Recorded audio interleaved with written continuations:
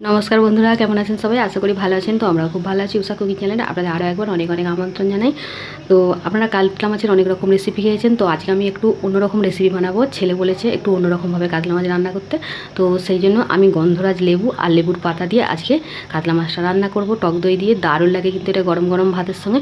তো দেখুন তার জন্য কী কী নিয়েছি। এখানে কাতলা মাছের পেটি নিয়েছি, এটা পেটি মাছেই বেশি টেস্টি হয়, তো পেটি নিয়েছি 5 পিস। আর এখানে নিয়েছি টক দই, আর এই যে গাছের কারি পাতা একটা, মানে গাছ থেকে কারি পাতা পেরে নিয়েছি একটা, আর নিয়েছি গন্ধরাজ লেবু 4টে পাতা, এটাও গাছের, আমাদের গাছেই হয়েছে। তো আর নিয়েছি একটা গন্ধরাজ লেবু, এর খোসাটা নেব। আর এখানে আছে মশলার জন্য নিয়েছি 4 টুকরো আদা, কাজু 5টা, লাল মগজ, আর ঝালের জন্য কাঁচা লঙ্কা। তো এটা কাঁচা লঙ্কা দিয়েই করবো, শুকনো লঙ্কা দেবো না, তাতে খেতে ভালো লাগবে। আর নিয়েছি 50 গ্রামের মতো টক দই। তো এই হচ্ছে উপকরণ। তো চলুন দেখতে থাকুন, আপনাদের ভালোই লাগবে। আর আমি এখানে মশলাটা মিক্সিতে বেটে নেব। আর এখানে আমি একটা মিক্সির জার নিয়েছি, তো এই সব মশলাগুলো বেটে নেব।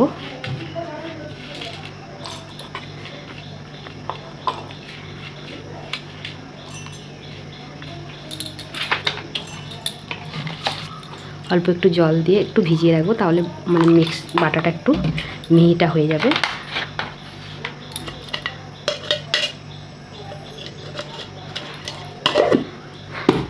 তো হয়ে গেছে। এবার আমি লেবুর পাতাগুলো কুচিয়ে নেব।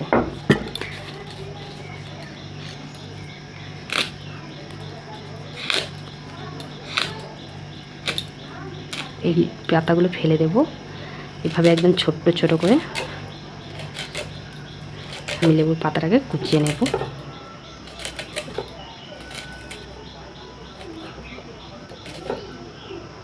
এই যে দেখুন, এইভাবে সরু সরু করে কেটে নিয়েছি। এবার আমি কারি পাতাটাকে আগে এভাবে লিখে দেব। তো চলুন এবার মাছটা, মাছ ভাজার জন্য আমি আগে কড়াই সরষের তেল গরম করে নেব।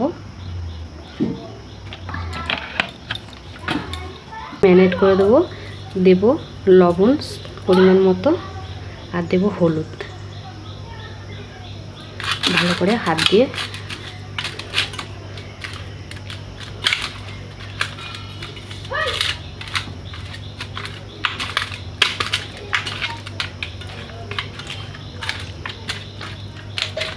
এইভাবে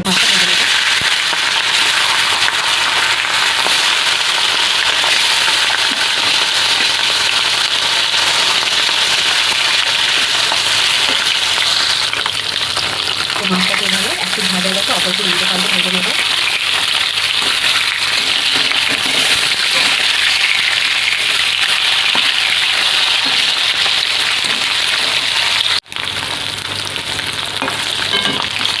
মাছগুলোকে খুব ভালোভাবে উল্টে পাল্টে ভেজে নেব। মাছটা যখন ভালোভাবে টেস্টটা কত ভালো হবে।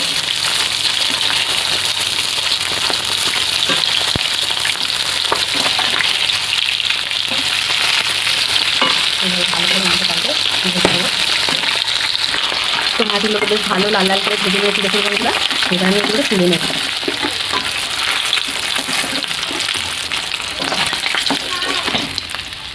সরষের তেল দেবো,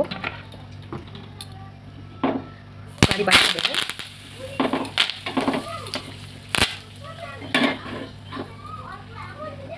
এখানে যেই গন্ধরাজ লেবুর পাতাটা কুচিয়ে রেখেছিলাম দিয়ে দেবো।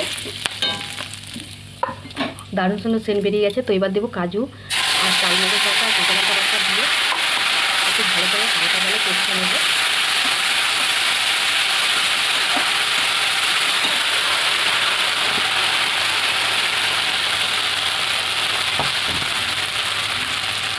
অল্প একটু জল দিয়ে দেবো।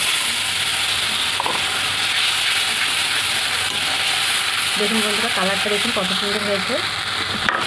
খেতেও কিন্তু এই কাতলাটা দারুণ লাগে। সেন্টটা কিন্তু দারুণ বেরিয়ে গেছে, গন্ধতেই কিন্তু ভাত খাওয়া হয়ে যাবে। একটু হালকা জালে কষিয়ে নেবো যাতে মশলা থেকে তেলটা ছেড়ে যায়। তো মশলাটা ভালোভাবেই কষানো হয়ে গেছে, তেল ছেড়ে দিচ্ছে। এখানে যে টক দইটা নিয়েছিলাম দিয়ে দেবো। এবার একটু ভালোভাবে কষিয়ে নেবো আবার।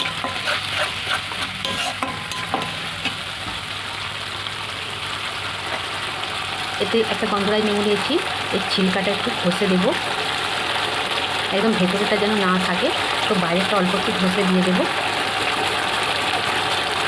তাহলে কিন্তু দারুণ লাগবে। আরও অল্প করে দেবো, বেশি দিলে তেতো হয়ে যাবে।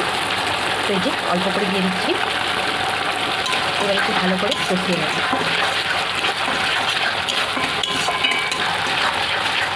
তো আজকে গন্ধরাজ কাতলা কিন্তু দারুণ হবে।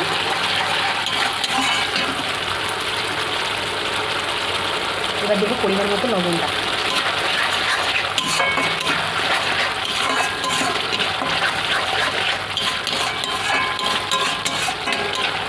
তো আপনারা অনেকভাবেই কাতলা রান্না করে খেতেন, তো এইভাবে গন্ধরাজ আর লেবু পাতা আছে। এবার আমি এতে অল্প করে একটু জল দিয়ে দেবো, অল্প করে দেবো একদম। তো দিয়ে ভালো করে একটু ফুটিয়ে নেবো। তো দেখুন কালারটা দেখুন, আমি বেশি কিছু কিন্তু মশলা দিইনি, একদমই খুবই হালকা আর কম মশলাই করেছি। এখনও গরম মোটামুটি আছে, তো খুবই রিচভাবে করিনি, একদম হালকাভাবে আপনাদের জন্য রান্না করেছি। তো আপনাদের ভালোই লাগবে। তো একটু ফুটিয়ে নেব। তো ভালোভাবে ঝোলটা ফুটে গেছে, এখানে মাছটা দিয়ে দেবো। তো মাছটা দিয়ে একটু ফুটিয়ে নেব। তো দেখুন গন্ধরাজ কাতলা একদম রেডি হয়ে গেছে। তো নামিয়ে নেব। তো ভাত দিয়ে খাওয়া হবে, তো একটু এইভাবে রেখে দেবো, বেশি শুকনো করে নেবো না, এটা আবার মানে গরমে ঠান্ডা হয়ে গেলে মোটা হয়ে যাবে। তো এবার নামিয়ে নেব।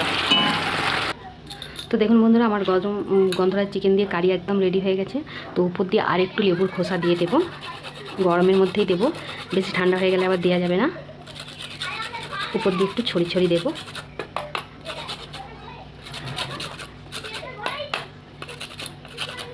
তো হয়ে গেছে, অল্প করে দেবো। তো দারুণ সুন্দর হয়েছে দেখুন, সেন্টটাও যেরকম দারুণ হয়েছে, খেতেও কিন্তু দারুণ হয়। এভাবে করে অবশ্যই একবার বানাবেন বাড়িতে, গরম গরম ভাতের সঙ্গে পরিবেশন করবেন গরম গরম গন্ধরাজ কাতলা। তো আমার ভিডিওগুলো যদি ভালো লাগে অবশ্যই চ্যানেলটাকে লাইক কমেন্ট শেয়ার সাবস্ক্রাইব করে দেবেন। তো আজকের মতো ভিডিও এখানে শেষ করছি, দেখা হচ্ছে পরের ভিডিও নতুন ভিডিও। আপনারা অবশ্যই ভালো থাকবেন, সুস্থ থাকবেন, সাবধানে থাকবেন।